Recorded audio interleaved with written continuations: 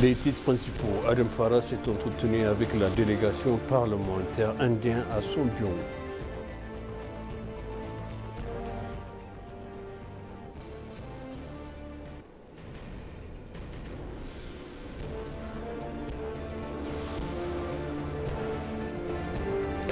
La ministre de la Défense, Aïcha Mohamed, a annoncé la création d'une force de défense puissante dotée de technologies modernes.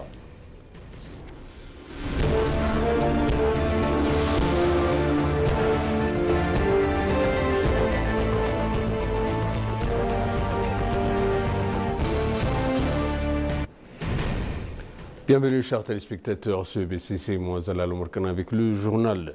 L'Éthiopie s'engage à renforcer ses relations avec l'Inde, a précisé Adam Farah, vice-président, premier ministre et chef du Centre de coordination de la démocratie et le développement et vice-président du Parti de la prospérité. Adam Farah s'est entretenu avec la délégation parlementaire indienne à son bureau.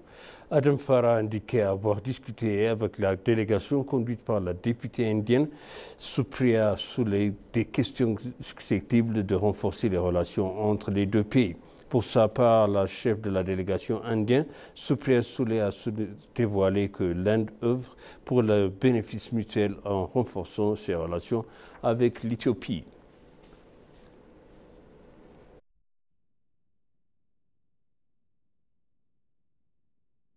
Le président de la Chambre des représentants du peuple, Tagesset Jafo, a discuté des questions renforçant les relations entre les deux pays avec une délégation conduite par le parlementaire indien Supriya Sule.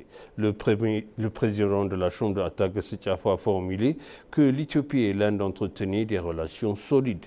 S'agissant de la discussion, l'ambassadeur Dina Mufti, membre de la commission permanente des relations extérieures et des affaires de paix de la Chambre des représentants du peuple, a exprimé que les relations profondes et historiques entre les deux pays avaient été évoquées. Il a également noté que les pays avaient réaffirmé leurs engagements à renforcer leur coopération dans divers domaines.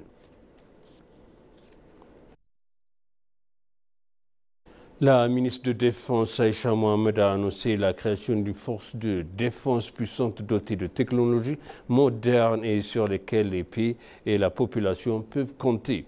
Elle a souligné la réforme réussie des institutions de sécurité et de sûreté, y compris la force de défense, après la Révolution nationale, et a exprimé que les militaires et les héros constituent une noble profession qui paie la paix et l'unité souveraine du pays.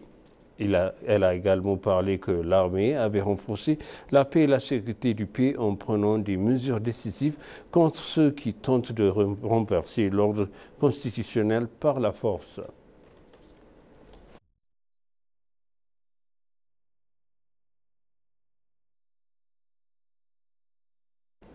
L'Éthiopie a participé à la mission du Conseil de paix et de la sécurité de l'Union africaine en Guinée du 30 au 31 mai 2025. Selon le ministère des Affaires étrangères, cette mission vise à promouvoir la paix, la sécurité et la stabilité du continent et plus particulièrement à la soutenir de la Guinée, sœur de la transition politique. La visite offre au Conseil de paix et de sécurité de l'Union africaine l'occasion de dialogue directement avec les autorités guinéennes, d'évaluer l'état actuel de la transition vers l'ordre constitutionnel et d'explorer les moyens de renforcer la coordination des initiatives de consolidation de la paix au niveau régional et continental. L'ambassadeur Nabiou Tadla, représentant permanent adjoint de l'Éthiopie auprès de l'Union africaine et de la Commission économique des Nations unies pour l'Afrique, CEA, représente l'Éthiopie au sein de la mission du Conseil.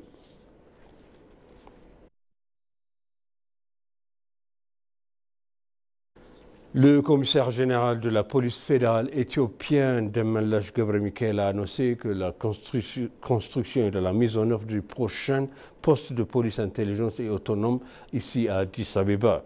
Le commissaire général de la police fédérale éthiopienne, Demelash Gebremichael, a donné une conférence de presse sur les enjeux actuels.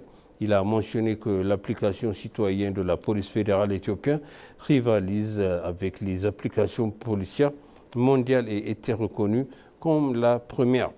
Il a appuyé que la police mettait en œuvre une prévention criminelle basée de la communauté et de l'information, a déclaré que de nombreux criminels contrebandières trafiquants et drogues dangereuses et trafiquants avaient été arrêtés.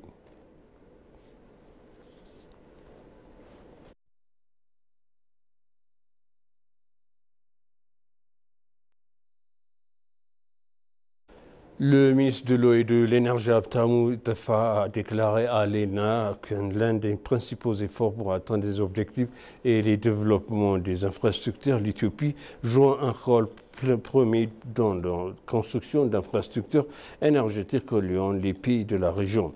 Le ministre a également souligné que cette initiative s'inscrit dans la ligne de l'agenda 2063 de l'Union africaine qui envisage une Afrique intégrée, prospère et pacifique portée par un développement axé sur les infrastructures. Le ministre Abtamou a également précisé que l'Éthiopie continue de mettre en œuvre les accords d'approvisionnement et de l'électricité avec le Soudan, Djibouti, le Kenya, renforçant ainsi son rôle de pôle énergétique régional.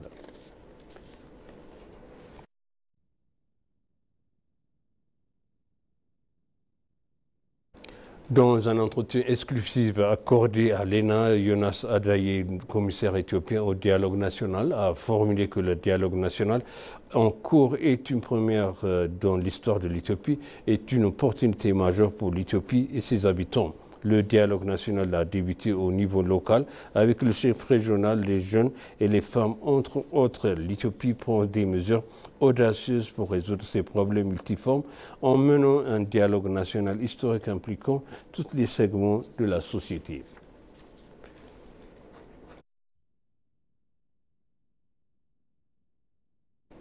Et pour conclure, le journal Une usine de transformation d'aliments pour bétail construit par un coût de plus de 180 millions de bières a été inauguré à Awassa. Beyene Berassa, vice-gouverneur de la région de Sidama et directeur du bureau de l'éducation, a révélé que la mise en service de l'usine améliorerait l'approvisionnement en aliments pour animaux et augmenterait la productivité du bétail. Superova Agrotech, qui a construit l'usine, est une organisation spécialisée dans la production d'œufs ainsi que de la fourniture de viande et de poules pondeuses et approvisionne le marché en œufs de plus de 60 000 par jour. L'usine a une capacité de traitement de 15 tonnes d'aliments pour les animaux et par heure et commercialisera le produit. Le programme a réuni des représentants du gouvernement, des aviculteurs, des particuliers et des associations.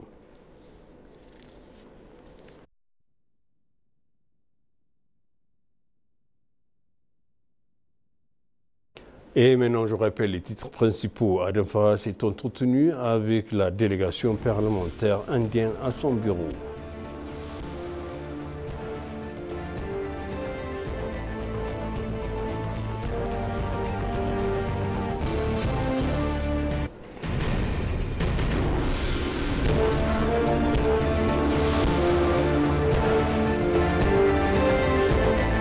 La ministre de la Défense, Aïcha Mohamed, a annoncé la création d'une force de défense puissante dotée par les technologies modernes. Chers téléspectateurs, sachez le journal, c'était moi Zalala Morkana avec vous. Je vous souhaite une bonne suite de programme et bon week-end.